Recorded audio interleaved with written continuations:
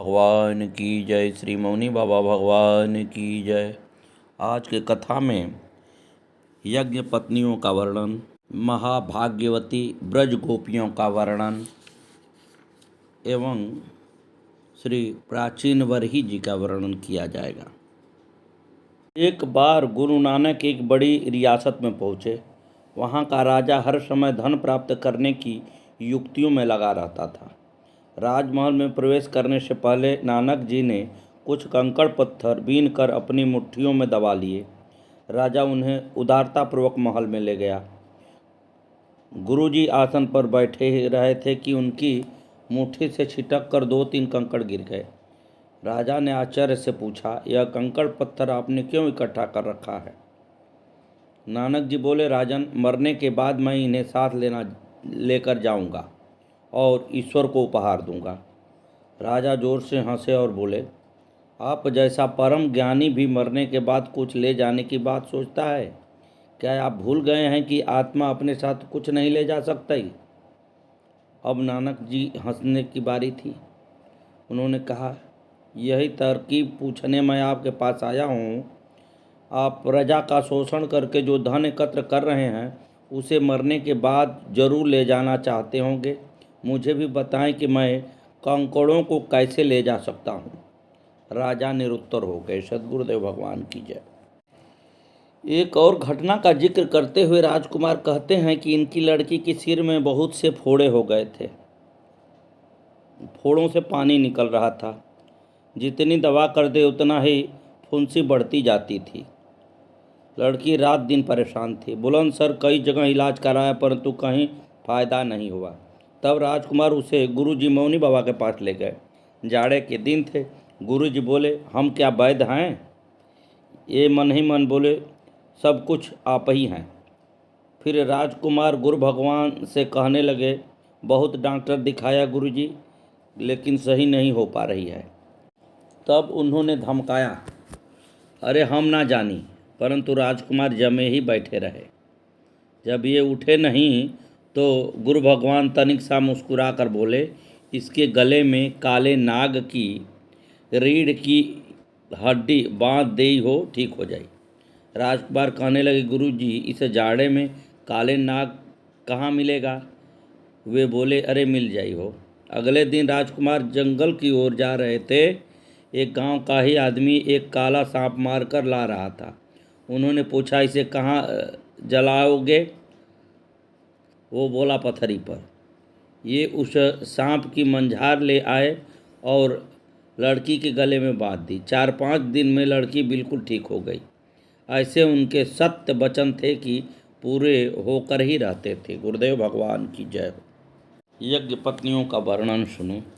श्याम सुंदर, हमें बहुत भूख लगती है, कोई भी उपाय करो। गौओं ने भरपेट कोमल हरित तृण चरकर सुशील यमुना जल पी लिया था और अब वे वृक्षों की छाया में बैठकर नेत्रों को आधा बंद करके रोमंथ कर रही थी। कभी कभी उनकी पूंछें इधर उधर हिल जाती थी। चंचल बछड़े मयूर बंदरों के पीछे दौड़ रहे थे और कुछ श्री कृष्णचंद्र के समीप बैठे थे। एक ही शिला पर एक वृक्ष के नीचे श्री कृष्ण और बलराम दोनों विराजमान थे। सखाओं ने पृथक जाकर परस्पर कुछ कानाफूसी की और अंत में एक साथ ही सब दोनों भाइयों के समीप आए। सबकी ओर से मधुमंगल ने प्रार्थना की। आज दोपहर का कलेऊ आया नहीं था। गायें चराते खेलते सब लोग बहुत दूर मथुरा की दिशा में चलाए हैं। कलेऊ लेकर आने वाली गोपियां संभवतः बहुत ढूंढकर भी इन लोगों तक नहीं पहुंच सकती थी। वह देखो, थोड़ी दूर पर धुआं उठ रहा है। मुझे बाबा ने बताया है कि मथुरा के ब्राह्मण वन में आकर यज्ञ कर रहे हैं। उनसे जाकर कहो कि बलराम और श्री कृष्ण के लिए अन्न दो। ब्राह्मण अतिथियों का सत्कार करने वाले होते हैं। श्री कृष्ण ने एक और उंगली से संकेत किया। सब के सब उधर ही दौड़ गए। द्विजोत्तमगण आपको प्रणाम। हमें बलराम तथा श्याम ने भेजा है। वे दोनों बहुत भूखे हैं और हम लोगों को भी भूख लगी है। अतिथि सत्कार से आपके यज्ञ में कोई दोष नहीं आएगा। भूमि में लेटकर प्रणाम करने के अंतर गोपालक ने प्रार्थना की। ब्राह्मणों ने उधर देखा तक नहीं। यह उपेक्षा देखकर वे निराश होकर लौट आए। पुरुष तो निर्दय होते ही हैं, स्त्रियां दयालु होती हैं। अब की बार यज्ञ मंडप में न जाकर स्त्रियों के लिए जो आवास बना हो वहां जाकर विप्र पत्नियों से कहो, वे अवश्य तुम्हें तुष्ट करेंगी। नंदन ने सब सुनकर कहा, कन्हैया अब तो हम नहीं जाएंगे। तुम स्त्रियों में हमें भेजकर उन मथुरा के मोटे ताजे चौबों से पिटवाना चाहते हो। स्त्रियों से तेरी ही पटती है, तुम ही जा। मधुमंगल ने रुष्ट होकर अस्वीकार कर दिया। भैया यहाँ और कुछ है भी नहीं, इस वन में फल भी तो नहीं है। मुझे तो इतनी भूख लगी है कि चलने भी असमर्थ हूँ। मेरे कहने से एक बार और जाओ। जब मयूर मुकुटी अनुरोध करे तो टालने का साहस किसी में नहीं था। री साध्वी, हम आपके सबको प्रणिपात करते हैं। नंदनंदन अपने अग्रज के साथ गायें चराते हुए समीप तक आ गए हैं। उन्होंने ही हमें आपके समीप भेजा है। वे बहुत भूखे हैं और हमारी सबकी भी वही दशा है। कृपा करके आप कुछ भोज पदार्थ प्रदान करें। इस बार सुबल ने प्रार्थना की। हमारे सौभाग्य संपूर्ण नारी आवास में हलचल मच गई। हाथ के कामों को एक और फेंक कर स्वर्ण थाल में बड़ी शीघ्रता से पकवानों को सजाने में सब आतुर से व्यस्त हो गई। कौन सोचे कि इतना पदार्थ क्या होगा। अनेक प्रकार के व्यंजन, चोष्य, लोह, पेय अधिक से अधिक मात्रा में वे अपने पात्रों में भर लेना चाहती थी। बड़ी शीघ्रता से थाल सजाकर उन्होंने कहा, चलो हमें उन नंद कुमार तक पहुँचाओ। बहुत दिनों से उन मनमोहक के अपूर्व सौंदर्य एवं गुणों का वर्णन सुनते आ रही थी। बड़ी उत्कंठा थी उस भुवन मोहन को एक बार देखने की। गोप कुमारों को आगे करके वे निकल पड़ी। ब्राह्मणों ने देखा कि उनकी स्त्रियां स्वर्ण थाल सजाए गोपालाओं के साथ जा रही हैं तो वे शुरुआ छोड़कर पुकारते हुए दौड़े। गोप कुमार भय के मारे भाग खड़े हुए। द्विज पत्नियां भी दौड़ने लगी। केवल एक को उनके पति ने पकड़ लिया। बड़ा दुख हुआ उसे। श्री कृष्ण के दर्शन न होने की तीव्र वेदना हुई। इस कष्ट ने जन्म जन्मांतर के पाप भस्म कर दिए। नेत्र बंद करते ही हृदय में ललित त्रिभंगी बंशीधर प्रकट हो गए। अपार आनंद हुआ। समस्त पुण्यों का सुख भोग हो गया एक पल में। आप पाप और पुण्य के बिना शरीर कैसे टिके। वह तो मुक्त होकर भगवत धाम को पहुंच गया। इंदिवर दयाल स्वाम शरीर स्वर्णभ पीताम्बर धारण किए, गले में बनमाला तथा गुजाओं की माला, सिर पर मयूर मुकुट, अनेक धातुओं से शरीर को नटों की भांति सजाए, एक सखा के कंधे पर दाहिना हाथ रखे और बाएं हाथ में एक विकच कमल लेकर घुमाते हुए मनमोहन को विप्र पत्नियों ने दूर से देखा। उन्होंने कानों में अधखिले कमल पहन रखे थे। कपोलों पर घुघराली अलकें आ गई थी और उनका मुख कमल मंद मुस्कान से सुशोभित था। आकर उन द्विज पत्नियों ने स्वर्ण थाल सम्मुख रख दिए और एकटक उन मनोहर मूर्ति को देखने लगी। आप लोगों का स्वागत है। आपने बड़ा कष्ट किया, मुझे देखने आ पाई। यह ठीक ही हुआ। अब आप सब लौटें। आप लोगों के पति आपकी प्रतीक्षा में होंगे। आपके बिना उनका यज्ञ कार्य रुका होगा। बड़े मधुर स्वर में श्याम सुंदर ने उनसे अनुरोध किया। आप इस प्रकार निष्ठुर की भांति न बोलें। आपने शरणागत का परित्याग न करने की जो प्रतिज्ञा की है उसे सत्य करें।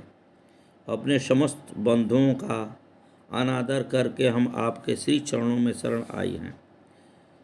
हमारा परित्याग आपके लिए उचित नहीं। भला हमारे पति, पिता, पुत्र और भाई हमें अपने घरों में अब क्यों रहने देंगे? हम आश्रयहीन हैं। हे सर्वस्व, हमें आश्रय दे। रोते हुए उन सब ने प्रार्थना की। आप व्यर्थ शोक कर रही हैं। आपके पति आप लोगों का अनादर नहीं करेंगे। मेरे शरणागतों का तो देवता भी स्वागत करते हैं। आप घरों को लौटें, मर्यादा का पालन करें। श्याम सुंदर ने विवश किया। इच्छा न होने पर भी किसी प्रकार उन्हें लौटना ही पड़ा। उनके जाने पर मनमोहन ने अग्रज तथा सखाओं के साथ उनके लाए अन्न को उत्साह के साथ ग्रहण किया। जो अवशेष रहा उससे वन के कपियों ने अपनी तृप्ति की। द्विज पत्नियां श्री कृष्ण के पास से लौटी थी। वे पतित पावन हो चुकी थी। उनको देखते ही ब्राह्मणों के हृदय का मल दूर हो गया। उनकी बुद्धि शुद्ध हो गई। उन्हें बड़ा पश्चाताप हुआ कि उन्होंने सर्वेश्वर की याचना की उपेक्षा कर दी। ऐसा भगवत भक्त स्त्रियों के प्रति होने के कारण उन्होंने अपने भाग्य की भूरी भूरी प्रशंसा की। सद्गुरुदेव भगवान की जय। महाभाग्यवती ब्रज गोपियों का कथा सुने। ब्रज की गोपियाओं के संबंध में हम जैसे पामर पुरुषों का कुछ कहना ही अपराध है। सुखदेव जी ने भी बड़ी ही सावधानी से श्रीमद् भागवत में कुछ कहा है, क्योंकि बिना तीनों गुणों से परे हुए कोई मनुष्य यथार्थ में गोपी तत्व को समझ ही नहीं सकता। जो बिना समझे केवल उन भाव की नकल करते हैं, उनसे तो पग पग पर अपराध बनने की संभावना है। सिंहनी का दूध सुवर्ण के ही पात्र में रह सकता है, दूसरी जगह वह टिक ही नहीं सकता। वह इतना गूढ़ रहस्य है कि आदर्श का भी आदर्श माना जाता है। जब तक हृदय में तनिक भी काम वासना हो, तब तक मनुष्य गोपी तत्व के विषय में कुछ कहने का अधिकारी नहीं। तब तक तो वह यम, नियम, संयम, ध्यान, धारण, जप, तप, योग आदि के द्वारा काम वासना का क्षय करे, तब उसे गोपी प्रेम की ओर बढ़ने का अधिकार होगा। इसके बिना किए बढ़ेगा तो गिर जाएगा। इसलिए नारद जी ने अपने भक्ति सूत्र में गोपियों को परम प्रेम का आदर्श बताया है। सूरदास जी कहते हैं, गोपी प्रेम की धुजा वे हरि की परमानंदिनी परमादिनी शक्तियाँ ही हैं। भगवान से भिन्न उनका कोई स्वरूप ही नहीं। उद्धव जैसे ज्ञानी भी उनके अलौकिक प्रेम को देखकर कह उठे, आसामहो चरणरेजु सुषमामहं यशं वृंदावने किमपि गुल्मलतौषधीनां। मैं यदि वृंदावन की कोई लता या गुल्म बन जाता तो कृतकृत्य हो जाता। क्यों? इसलिए कि इस महाभाग्यवती गोपियों के पावन पाद्य पद्यों की पराग राशि उड़ उड़कर मेरे ऊपर पड़ती। आहा, जिनकी चरण रेणु को ब्रह्म आदि देवता तरसते हों, उनके संबंध में कुछ लिखना बड़ी ही दृढ़ता होगी। गोपी गोपी कितना मोहक नाम है।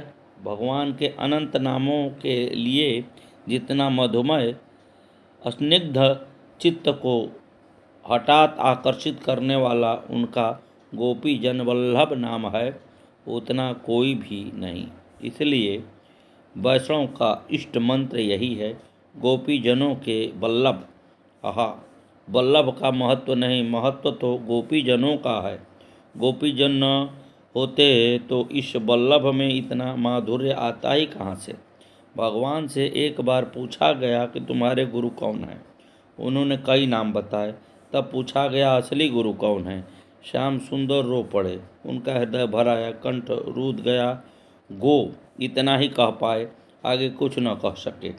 गोपी, हाँ गोपी, वे हमारे श्याम सुंदर की परमाराधनिया, परम आदरणीया गुरु रूप हैं। वे जगत गुरु की भी गुरु रूपा देवी गण तुम्हारे पाद पद्यों में पुनः पुनः प्रणाम है। श्याम सुंदर से पूछा गया, तुम कभी हारे हो? वे बोले, कभी नहीं। जरासंध से डरकर क्यों भागे? काल यवन के सामने भी तो भागे थे। इन सब का समाधान उन्होंने किया। भागना और बात है, हारना और बात है। सिंह जब शिकार को मारता है तो उसे पकड़ने को 10 कदम पीछे भी हट जाता है। जोर से दौड़ने के लिए पीछे हटना ही पड़ता है। यह तो विद्या है, रण कौशल है। हारने के मानी है दूसरे के अधीन हो जाना, उसके हाथ की कठपुतली बन जाना। भगवान से पूछा गया, किसी से नहीं हारे? वे सोच में पड़ गए और बोले, हाँ हारे, क्यों नहीं? गोपियों से तो हम सदा हारे ही हुए हैं। श्याम सुंदर से पूछा गया, तुम्हें वेद सात निर्लेप कहते हैं, तुम क्या लक्ष्मी के बिना रख सकते हैं? वे बोले, अवश्य, इसमें क्या, वह तो मेरी दासी हैं। क्या ब्रह्मा के बिना रह सकते हैं? उन्होंने कहा, मेरे प्रत्येक श्वास में अनंत ब्रह्मा उत्पन्न होते हैं और प्रश्वास में बहुत से ब्रह्मा पेट में चले जाते हैं। तो क्या जगत के बिना भी रह सकते हैं? भगवान ने कहा, जगत तो मेरी भ्रिकुटी के संकेत में पैदा होता है और पलक मारते ही समाप्त होता है। फिर पूछा, क्या वृंदावन के बिना, क्या ब्रजांगनाओं के बिना रह सकते हैं? श्याम सुंदर रो पड़े, नहीं, यह मैं सुन भी नहीं सकता। रहने की तो बातें अलग है। गोपी तत्व को अभी तक किसी ने ठीक ठीक समझा ही नहीं। आगे भी कोई यथार्थ में समझेगा ऐसी आशा नहीं है। रसमर्मज्ञ आचार्यगण गोपियों के 4 भेद बताए हैं। नित्य गोपी, ऋचा रूपा गोपी, ऋषि रूपा गोपी, पुण्य प्राप्ता गोपी। एक तो सदा जो गोलोक में भगवान के साथ रहती हैं, वे गोपिकाएं वृंदावन में अवतरित हुई। दूसरी, वेद की ऋचाओं ने बड़ी तपस्या की थी, वे गोपी रूप में प्रकट हुई। तीसरे, ऋषियों ने दंडकारण्य में प्रभु के कांता भाव के रसास्वादन का वरदान मांगा था, वे गोपी रूप में प्रकट हुए। चौथे, जिन्होंने सुकृत कर्मों से ऋषियों के वरदान से कृष्ण वल्लभा होने का वरदान पाया था, ये सभी कृष्ण प्रिया और भगवत अनुगामी हुए। श्री गोपीजनों के संबंध में एक बात और है, जिसे सुनने समझने के भी अधिकारी सब नहीं। आज तक इतिहास में श्रवण भक्ति के सर्वश्रेष्ठ उदाहरण महाराज परीक्षित हैं। इनसे बढ़कर श्रोता तो कदाचित ही कोई है, क्योंकि इन्होंने स्वयं कहा है, सबसे अधिक दूसरा भूख और प्यास है, सो वह भी मुझे तनिक भी क्लेश नहीं पहुंचा रही है, क्योंकि आपके मुख से जो हरि कथा रूपी अमृत टपक रहा है, उसे पीने से मैं सब कुछ भूल गया हूँ। सुखदेव जी ने यह सोचकर कि बड़ा अच्छा श्रोता है, इसे गोपी प्रेम की असली कथा सुनानी चाहिए। कथा आरंभ की। भगवान पीता रात्रि सरदोल फुल्ल मल्लिकांग, यहाँ से शुरू किया। भगवान की बंसी सुनकर कोई बच्चे को दूध पिला रही थी, वह वैसे ही भागी। कोई दूध दूह रही थी, वहीं से चल दी। कोई अंजन लगा रही थी, एक ही आँख में लगा पाई थी, वैसे ही भागी। कोई केस बांध रही थी, उसी दशा में चल दी। किसी ने कहीं का वस्त्र कहीं पहन लिया। इस तरह सुखदेव जी बड़ी उमंग में वर्णन कर रहे थे। बीच में ही परीक्षित जी बोल उठे। कृष्ण विदुः परम कांता, न तो ब्रह्म तयांग मुनेः, गुण प्रवाहो परस्मस्तासां गुण धियां कथम।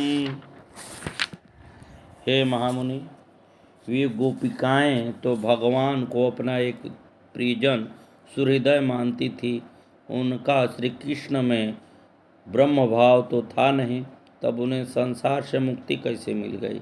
मुक्ति तो ज्ञान के बिना होती नहीं और उनका चित्त आसक्त था माया के गुणों में। श्री सुखदेव जी ने अपना माथा ठोंका, अरे बाप रे बाप, यह भी गोपियों को समझ ही नहीं पाए। कहता है मुझे मुक्ति कैसे मिलेगी, ज्ञान तो हुआ ही नहीं। गोपियों के और मुक्ति, उनको और ज्ञान की कमी। प्रश्न सुनकर शुक्राचार्य जी बड़े जोर से बिगड़े और बोले, उक्त पुरस्तादे तत्ते चैद्यं सिद्धि यथांगतः दूषन्नपि ऋषिकेशं किमुताधोछद प्रियाः। बाबा, मैं तुझे पहले ही बता चुका हूँ कि अरे दुष्ट बुद्धि शिशुपाल उन अखिलेश्वर प्रभु से देश करके ही मुक्त हो गया। सो भले मानुष, ये तो उन परमेश्वर की प्रिया थी, उन्हें प्यार करती थी, उनसे कैसे भी संबंध हो तो सही। जब उनसे द्वेष करने पर असुरों की मुक्ति मिलती है तो प्रेम करने वालों को और फिर उन गोपियों को जिन्होंने अपना सर्वस्व उन प्रभु को ही समझ रखा है, उन्हें क्या मिलेगा, तुझे कैसे बताऊं? तू तो अभी मुक्ति के ही चक्कर में है।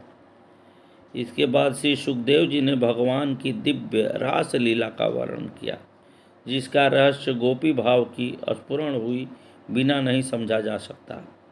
श्री राधा जी के परम भक्त संत श्री हठी जी ने गोपियों की अपार महिमा को समझकर ही गोपी पद पंकज पराग होने की अभिलाषा निम्न मनोहरी पद में व्यक्त की है। को उमाराज रमाराज जमाराज को रामचंद्र सुखकंद नाम नादे मैं, को ध्यावय गणपति फनपति सुरपति, को देव ध्यान फन लेत पल आधे में। हठ को आधार निराधार की आधार तुही, जप तप जोग यज्ञ कछुवै न साधय में। कटय कोटि बाधय मुनि धरत समाधय, ऐसे राधे पद रावरे सदा ही अवराधे में। गिरि की जय गोधन मयूर नव कुंजन को, पशु की जय महाराज नंद के बगर को। नर कौन तौन जौन राधे राधे नाम रटे, तट की जय बर कुल कालिंदी कगर को। इतने पर जो कछु की जय कुंवर कान्हा, रखी न आन फिर हठ के झगर को। गोपी पद पंकज पराग की जय महाराज, त्रिन की जय रावरेई गोकुल नगर को। सद्गुरुदेव भगवान की जय। आगे की कथा कल।